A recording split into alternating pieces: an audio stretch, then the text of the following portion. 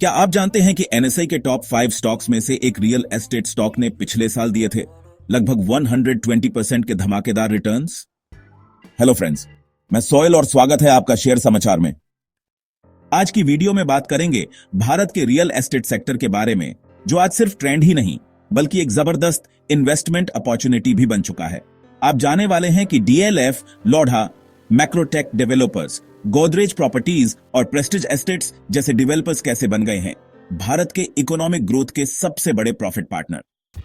अगर आप सोच रहे हैं कि ये स्टॉक्स आपके पोर्टफोलियो के लिए सही हैं या नहीं, तो वीडियो के एंड तक बने रहिए, क्योंकि आखिर में मिलेगा एक बोनस टिप जो बना सकता है आपके इन्वेस्टमेंट को और भी सॉलिड। चलिए शुरू करते हैं। एक बड़ी तस्वीर से भारत अब दुनिया का चौथा सबसे बड़ा इकोनॉमी बन चुका है। FY 2025 के लिए जीडीपी ग्रोथ एस्टिमेट है 6.2%, लेकिन Q4 में जीडीपी बढ़ा 7.4% तक।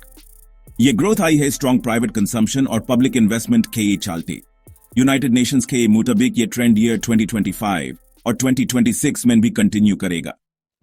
लेकिन असली गेम चेंजर है अर्बनाइजेशन। आज भारत की 35% पॉपुलेशन रहती है शहरों में, पर ईयर 2050 तक यह संख्या बढ़कर हो जाएगी 50% तक, यानी लगभग 840 मिलियन लोग बन जाएंगे शहरी नागरिक।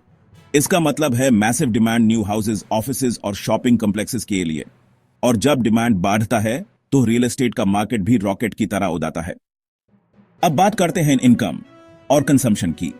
भारत का डिस्पोजेबल इनकम बढ़ता जा रहा है 296 ट्रिलियन रुपीस इन ईयर 2023 और एक्सपेक्टेड है 314 ट्रिलियन तक पहुंचने का ईयर 2025 तक। डिस्क्रिशनरी स्पेंडिंग भी तेजी से बढ़ रहा है। लोग अब सिर्फ जरूरत के लिए नहीं बल्कि लाइफस्टाइल अपग्रेड के लिए भी पैसा खर्च कर रहे हैं। यह सब रियल एस्टेट डिमांड को फ्यूल करता है। लेकिन पिक्चर में एक ट्विस्ट भी है। राहुल जैन के मुताबिक लो इनकम लोगों की इनकम तो 4% के गार से बढ़ी है, लेकिन मिडिल इनकम लोगों की रियल इनकम ग्रोथ सिर्फ 0.4% रही है। फिर भी यही मिडिल क्लास लोन लेकर लग्जरी फ्लैट्स और बड़ी प्रॉपर्टीज खरीद रही है। हाउस होल्ड डेट जीडीपी का 47.5% तक पहुंच गया है।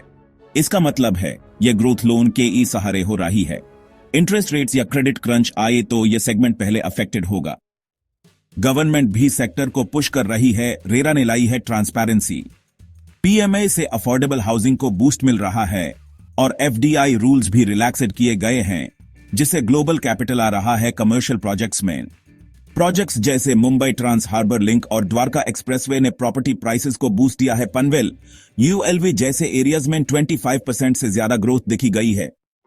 अब बात करते हैं टॉप डेवलपर्स के परफॉर्मेंस की। डीएलएफ का शेयर प्राइस है 212 रुपीस के आसपास और 3 महीने का रिटर्न दिया है लगभग 28% का। उनका मार्केट कैप है more than 2 lakh crore rupees.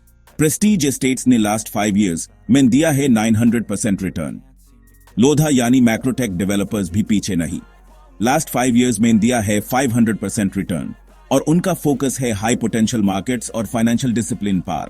Godrej properties थोड़ा प्रेशर में है, पर फिर भी उनकी क्वार्टरली बुकिंग्स रिकॉर्ड पे है 10,000 करोड़ से ज्यादा Q4 में। मार्केट में इन्वेस्टर सेंटिमेंट भी पॉजिटिव है। Nifty realty index the 2 of June को 2.3% अपर था। एफईज ने हाल फिलहाल में सेलिंग की है, लेकिन डीआईज ने उस गैप को भार दिया। डीईज ने द 30th of May को किया net buying of more than 9,000 crore rupees.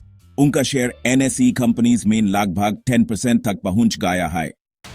आज की सिनेरियो में अगर आपका विजन लॉन्ग टर्म है तो रियल एस्टेट स्टॉक्स एक जबरदस्त अपॉर्चुनिटी हो सकते हैं। पर अगर आप लग्जरी हाउसिंग में इन्वेस्ट कर रहे हैं तो लोन डिपेंडेंसी और इंटरेस्ट रेट मूवमेंट का रिस्क समझना जरूरी है।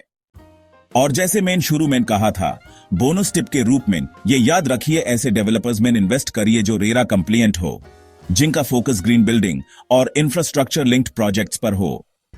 ये फैक्टर्स आपके इन्वेस्टमेंट को बनाते हैं सस्टेनेबल और future ready. Thanks for watching. Don't forget to subscribe and join our community. Link in bio.